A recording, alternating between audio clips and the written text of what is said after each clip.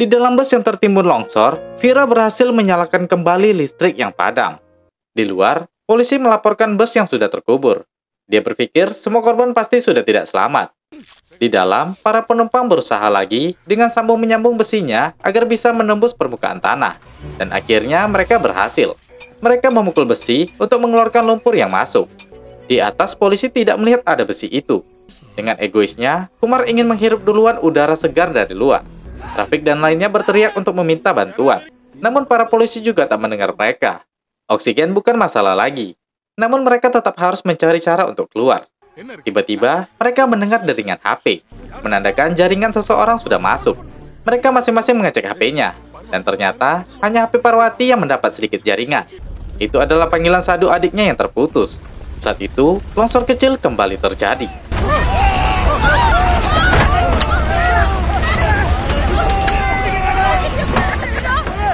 Parwati segera mengambil HP-nya dan menghubungi Sadu.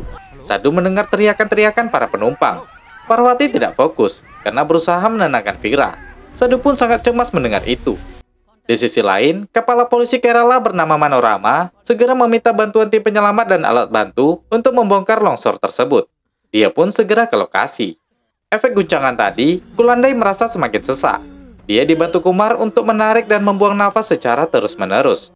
Besi mereka pun sudah bengkok dan tak bisa dipakai lagi. Parwati tanya ke Kumar, bagaimana kondisi Kulandai? Kumar bilang dia sudah sangat kritis dan tak bisa bertahan lebih dari 5 jam. Mantan anggota DPR ini malah protes karena kalau Kulandai mengambil oksigen terus-menerus, mereka akan semakin kekurangan dengan cepat. Parwati marah karena Kulandai sedang kritis. Mereka harus saling membantu. Tapi anggota DPR bilang, waktu mereka tersisa 5 jam untuk mendapat oksigen. Ditambah pria ini terus-menerus begini, ini akan semakin mempercepat oksigen habis. Kumar mendengar itu. Para penumpang sedang ribut tentang Kulandai. Kumar langsung menodongkan pistol yang membuat semuanya menjadi mundur. Dia menuju ke Kulandai, menyuruhnya berhenti bernafas. Dia segera menodongkan pistolnya.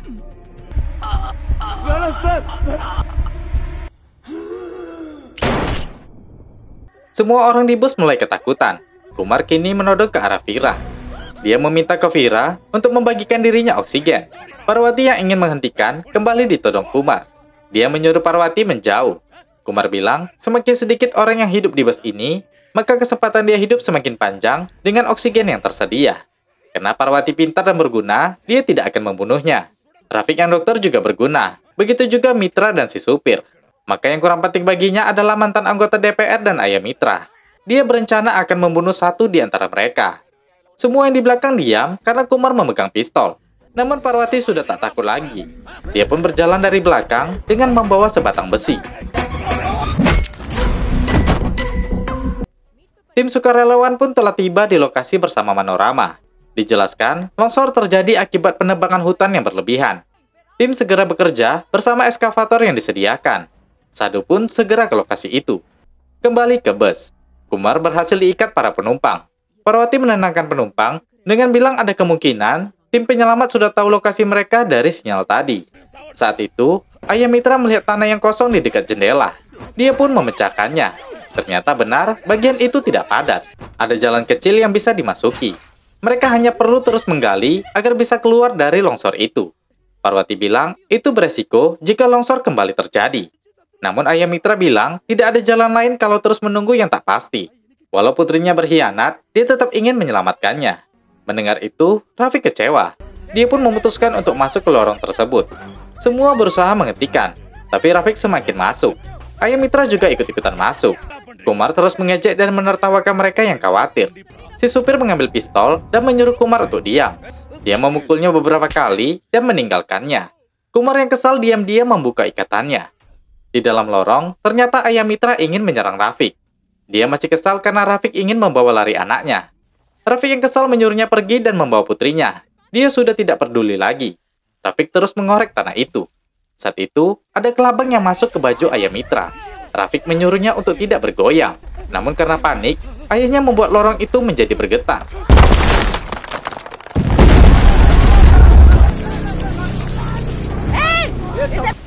Longsor kembali terjadi.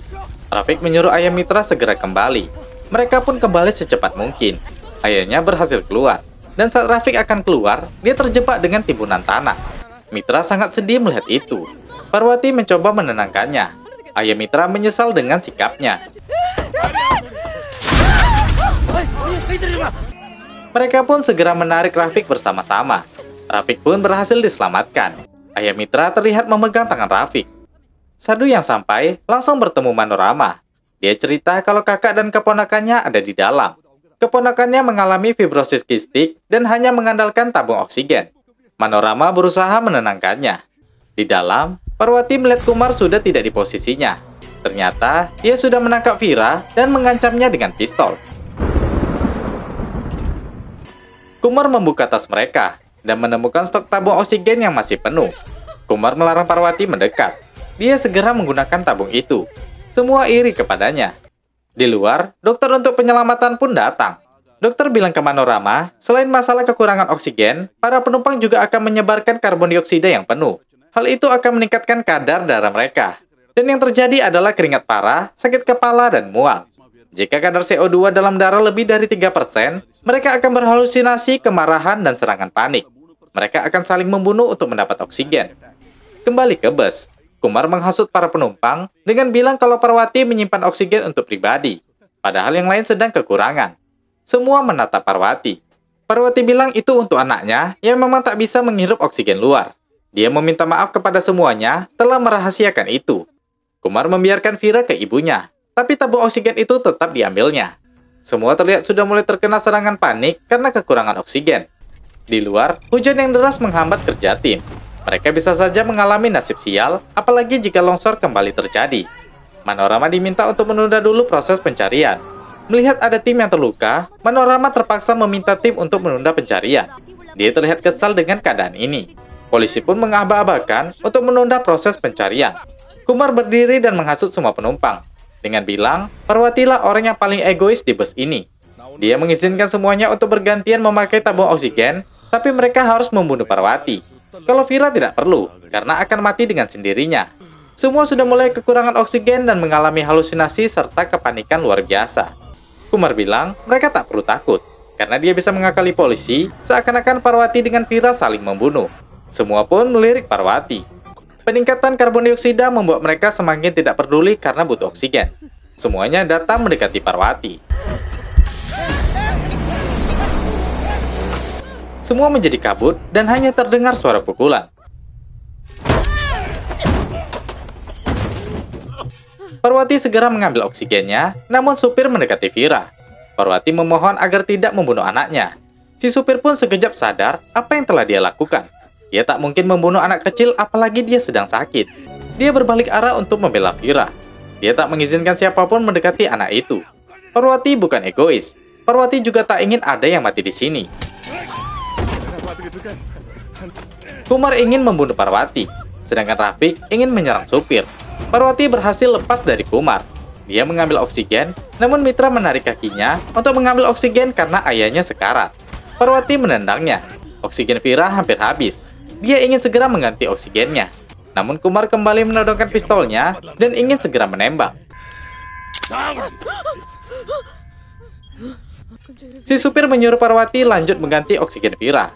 Si supir berusaha menghalangi Kumar yang mengamuk. Supir menggigit tangannya. Kumar pun membalasnya.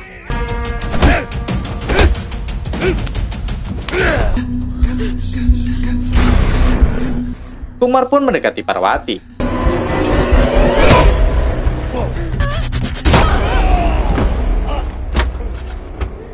Di luar, pencarian kembali dilanjutkan dengan mengirim sinyal ke handphone para penumpang. Para tim segera menancapkan antena untuk menangkap sinyal agar tahu lokasi bus itu. Di dalam, Parwati pun sudah mulai kelelahan. Semua sudah mulai tidak berdaya. Vira memegang ibunya. Dia ingin ibunya juga selamat. Parwati bilang Vira tidak perlu takut. Vira harus tenang dan akan segera sembuh nantinya. Setelah mengatakan itu, Parwati pun tak sadarkan diri. Vira berusaha menyadarkan ibunya. Dia menangis karena tak ingin ibunya kenapa-kenapa. Tiba-tiba listrik kembali padam. Vira semakin panik dan menangis. Di atas, para tim akhirnya mendapat sinyal dari ponsel Parwati. Sayangnya, Vira tak memperhatikan ponsel itu. Dia sangat takut karena melihat semuanya tak sadarkan diri. Dia meminta maaf ke ibunya karena ingin melakukan sesuatu.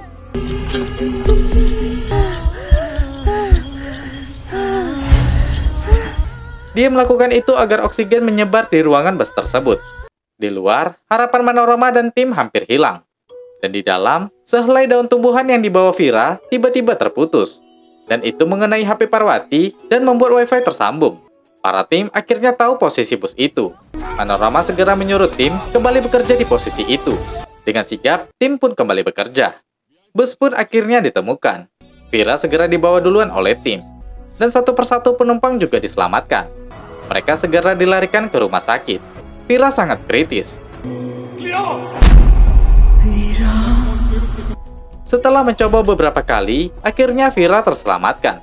Dari 11 penumpang, 8 penumpang berhasil diselamatkan. 3 yang meninggal adalah Kernet, asisten anggota DPR, dan Kulandai. 6 bulan kemudian, Vira yang sudah dioperasi tidak lagi menggunakan tabung oksigennya. Dia sudah bisa hidup bebas seperti manusia pada umumnya. Sekarang Parwati sudah bisa bermain dengan bahagia bersama Vira.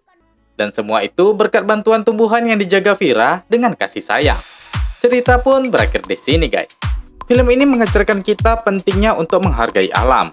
Kita tidak terlalu menyadari jika alam sudah murka, apapun bisa terjadi.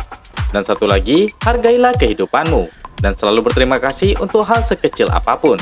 Karena semua yang kamu dapat belum tentu dimiliki orang lain juga. Dan contohnya adalah oksigen.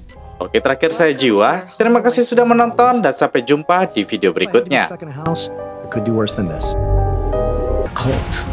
His wife disappeared under mysterious. He used to. I found some human remains. Is able to risk his father. Help me put an end to him.